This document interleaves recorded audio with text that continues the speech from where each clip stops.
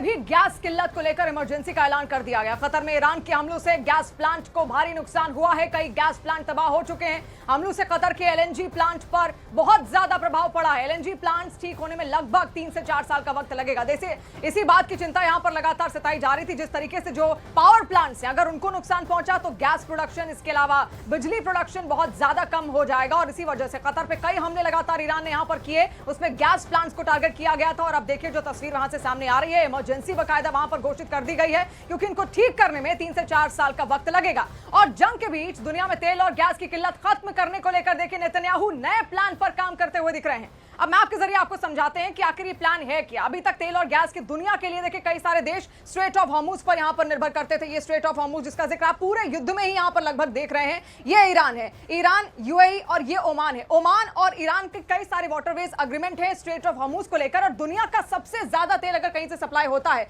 तो इस रास्ते के जरिए होता है। लेकिन अब तो विकल्प ढूंढना पड़ेगा। तो अब दूसरा रास्ता इसके लिए है बाब अल मंडाब। एक दूसरा जो निशान आप देख रहे हैं पीले रंग का, यमन के ठीक बगल में, वो है बाब अल मंडाब। वहां से देखिए अब ईरान, इजराइल का यह कहना है कि अब यहां से हम एक तेल पाइपलाइन बिछाएंगे जिसके जरिए आप सीधे जितने भी अरब कंट्रीज अगल बगल में लगे हैं, चाहे सऊदी अरब हो, इसके अलावा भी जो और मिडिल ईस्ट के देश हैं, वो जो तेल की सप्लाई है वो हम तक सीधे उस पाइपलाइन के जरिए पहुंचाएं। और वो सीधे पहुंचेगा कहां पर, आप देखिए ठीक ऊपर उसके इजराइल है लाल रंग से अगर आप देखिए, और फिर पीछे है भूमध्य सागर। इजराइल यानी कि ये चाहता है कि वो किसी भी तरीके से अब जो तेल की सप्लाई है उसको अपने कमांड में यहां पर ले पाए। यानी एक नया रास्ता ढूंढा जा रहा है। पहला रास्ता फिर से यहां पर देखिए अच्छे से, ये स्ट्रेट ऑफ हॉर्मुज आपने देखा, अब तक यहीं से तेल की सप्लाई होती थी, लेकिन इस पर ईरान जैसे जैसे कंट्रोल करता जा रहा है। अब दुनिया के सामने विकल्प बचे नहीं है। तो विकल्प दूसरा क्या है, ये है बाब अल मंडाब। लेकिन यहां पर भी एक चैलेंज है, ये यमन है और यमन में ही हूथी विद्रोही भी ऑपरेट करते हैं जो लगातार ईरान की बात ही सुनते हैं। फिलहाल ईरान ने उन सबको स्टैंड बाय पर रखा है और अब तक हूथी विद्रोही खुलकर सामने नहीं आए, क्योंकि वो जानते हैं अगर वो खुलकर सामने आएंगे तो ठीक पीछे इजराइल है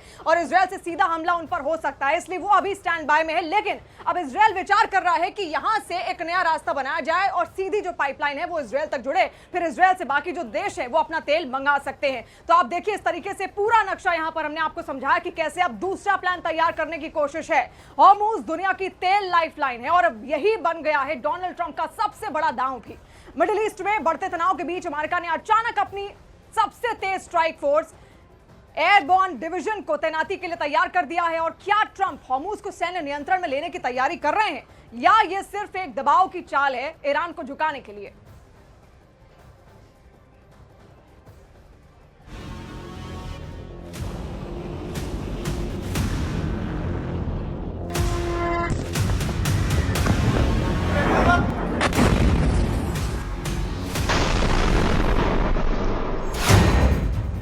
पश्चिम एशिया में अमेरिकी पैराट्रूपर्स संभालेंगे मोर्चा।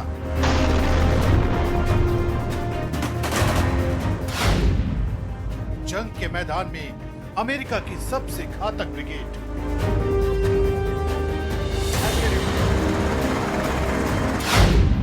ईरान के खिलाफ उतरेगी 82वीं एयरबॉर्न डिवीजन।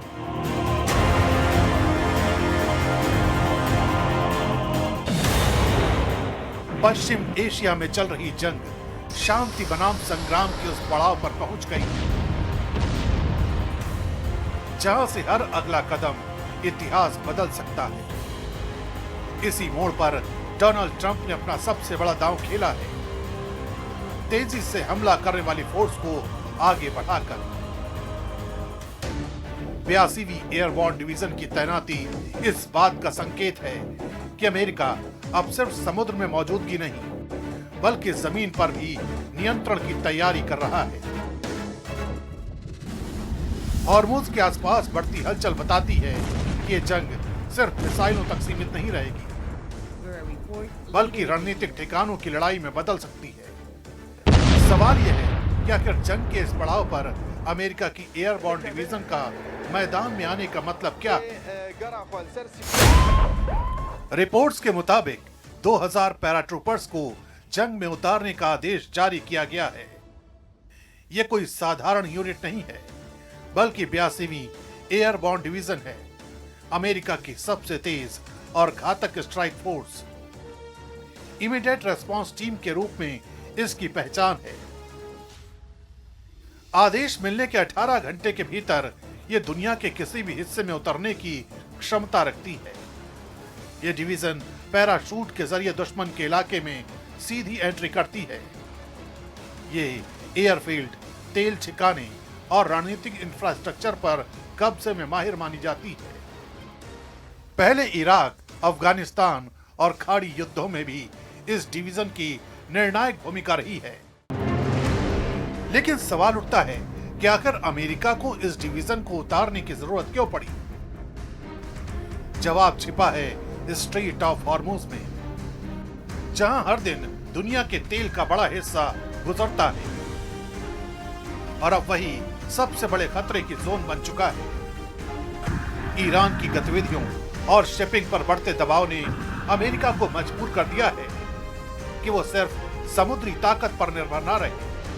डोनाल्ड ट्रंप का प्लान साफ है, अगर हालात बिगड़ते हैं तो जमीन पर तेजी से कंट्रोल हासिल किया जाए ताकि सप्लाई चेन सुरक्षित रह सके। यही नहीं, खार्ग आइलैंड भी ट्रंप के इस मिशन का अहम हिस्सा माना जा रहा है। यही वो जगह है जहां से ईरान का ज्यादातर तेल दुनिया तक पहुंचता है। अगर इस सप्लाई लाइन पर नियंत्रण होता है तो सीधे तौर पर ईरान की आर्थिक ताकत पर असर पड़ेगा। माना जा रहा है कि डोनाल्ड ट्रंप का हॉर्मुज प्लान सिर्फ रास्तों की सुरक्षा नहीं, बल्कि दबाव की राजनीति, जहां सैन्य ताकत के जरिए बातचीत की टेबल मजबूत की जाती है। यानी एक तरफ जमीनी तैयारी, दूसरी तरफ कूटनीतिक संदेश। यानी तैनाती सिर्फ ताकत का प्रदर्शन नहीं, बल्कि उस संभावित स्थिति की तैयारी है जहां हर सेकंड की देरी भारी पड़ सकती है। और इसी